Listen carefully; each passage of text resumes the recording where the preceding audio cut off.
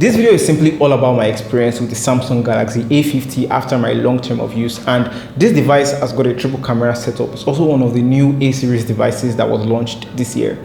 I've used this one for the better part of the month now, and I feel pretty confident about it, so I'll be sharing my thoughts, pros and cons about this device. Without further ado, let's get to the video.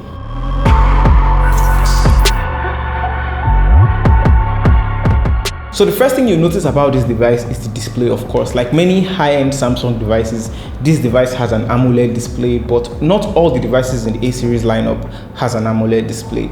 And if you used a recent Samsung device, or if you've watched my previous video, this would definitely feel very familiar, and with one UI on top of it, which we'll get to much later in this video. The A50 has a dual 4G SIM slot, and it also has space for an SD card, which is expandable up to 1 TB. And on the bottom, we've got a headphone jack, a USB-C port, a microphone, and a single speaker, which you can accidentally block when you're watching content.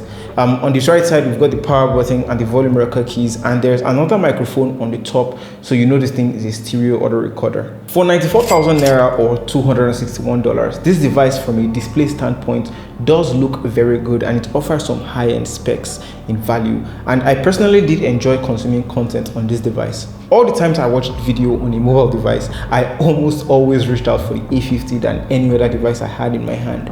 The blacks were really deep on this device with an AMOLED display with a PPI of 403 and a full HD resolution of 2340 by 1080p. This device does thrive in many areas.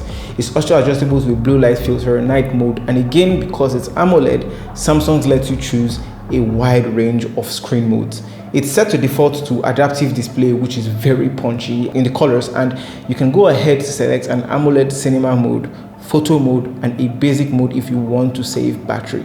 And if you want more advanced controls, you can mess around with the RGB settings, so it is very customizable. You can also change the font size and the style, and I really like the look of the Samsung One font, which is better than the default font. And Samsung even lets you download more fonts. There are almost 100 fonts here basically, and One UI is quite the customizable skin. Samsung also lets you hide the notch, but they don't call it hiding the notch, they simply say you can hide the camera, and in there you can select which apps you want to get access to the full screen option. Most of them are set to auto anyway, which I will leave that way.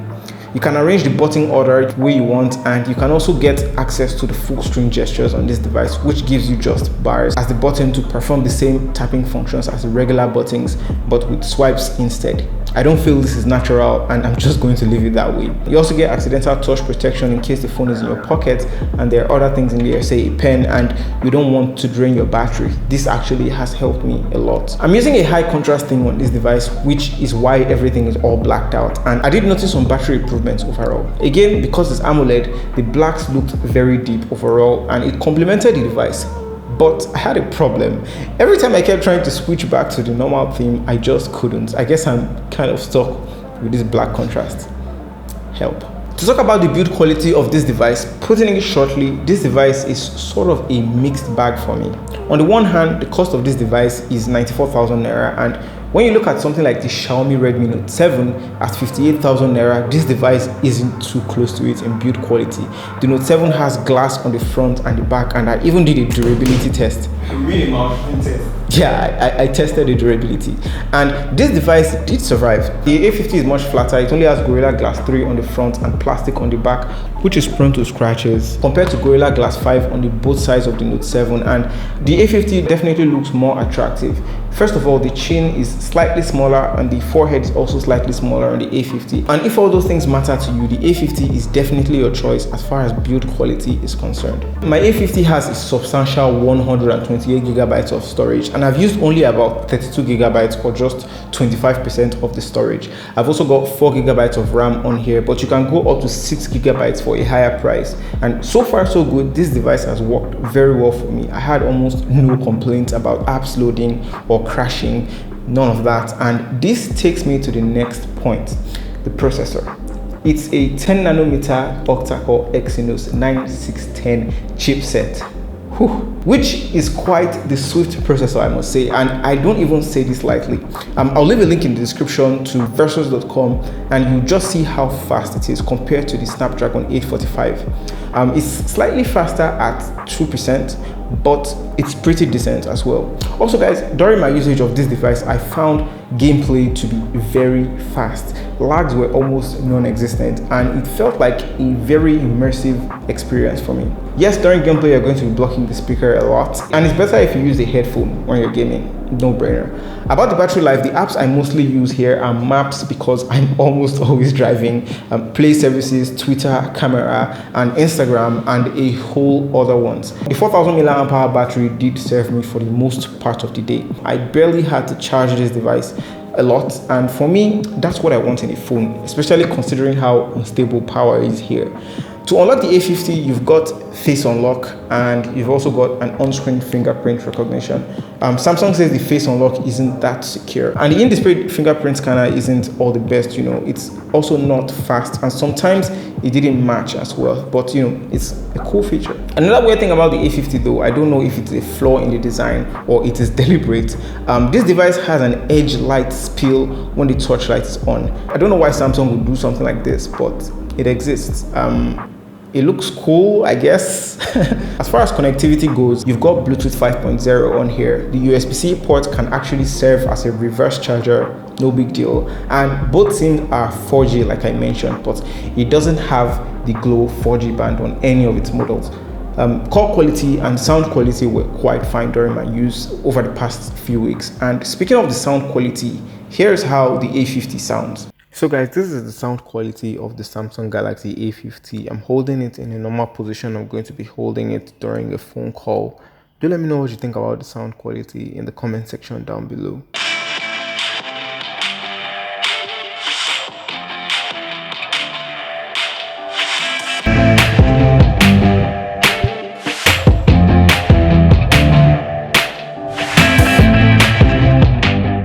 The A50 did sound a little low in the mids, and the bass wasn't really punchy, and you can really tell in loud volumes compared to the actual music. And speaking of music, if you've been watching my previous videos or the past few videos, you'll notice a few Musicbed tags.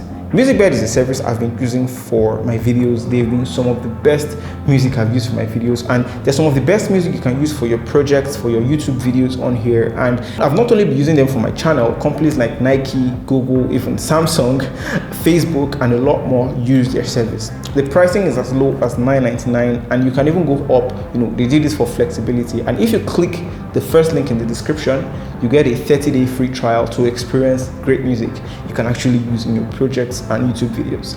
Now we're going to move into the camera test of the Samsung Galaxy A50. The front camera of the A50 is a large 25 megapixel camera with an aperture of f2. It's 25mm wide, and it can shoot HDR or high dynamic range and in 1080p in 20 frames per second, which is decent. On the back, we've got a triple camera setup, 25 megapixel f1.7 camera, which is 26mm wide with face detection autofocus or PDAF. It's also got an 8 megapixel camera, that's an f2.2 aperture camera, which is actually the ultra wide 13mm camera. And the last camera is also the 5 megapixel depth sensor with an aperture of f2.2. Getting to know the camera modes on here, we've got panorama mode on the back, we've got pro mode to control ISO, white balance and exposure, live focus, which applies a blur to the background of the subject at different levels, photo mode with scene optimizer for better shots, and in the same photo mode we've got an 8 megapixel ultra wide camera, which is very wide, video mode, which also has ultra wide, normal settings, and they both have this trippy zoom in and out effect to it.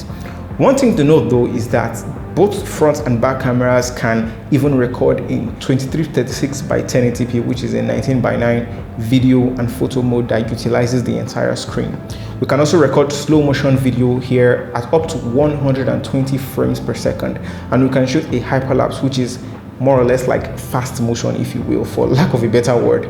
On the 25 megapixel front camera side of things, we've got only 3 modes. We've got live focus mode, or Samsung's portrait mode. Then we've got photo mode, video mode, which you can zoom in both of them. You've also got AR emoji. I really enjoy the pictures produced from the rear cameras of the A50. The quality of the color, even though it was a little higher on the saturation scale, was quite impressive for me.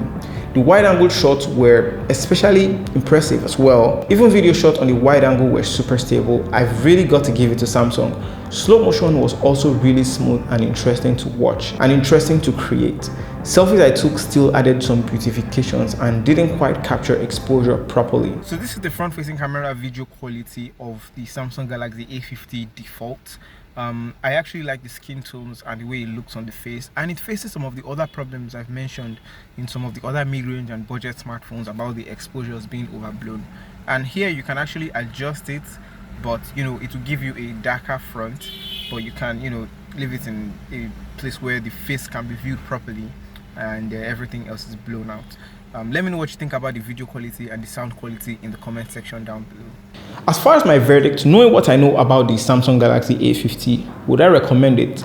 For the price of 90k, I really do like what the value that Samsung is offering on here. Samsung is mostly known for their high-end phones, you know, the S10 and stuff, and this feels a little bit closer to that. Apart from the plastic back, which is a unique design, almost everything else gets a check mark from me, and those are my thoughts about the A50. What do you think about this device? Do let me know in the comment section down below, and if you like this video, please hit that thumbs up button, and also don't forget to subscribe and hit the bell icon to turn on notifications so you'll be the first to see any new video I drop. Thank you for watching, and I'll see you guys in my next video.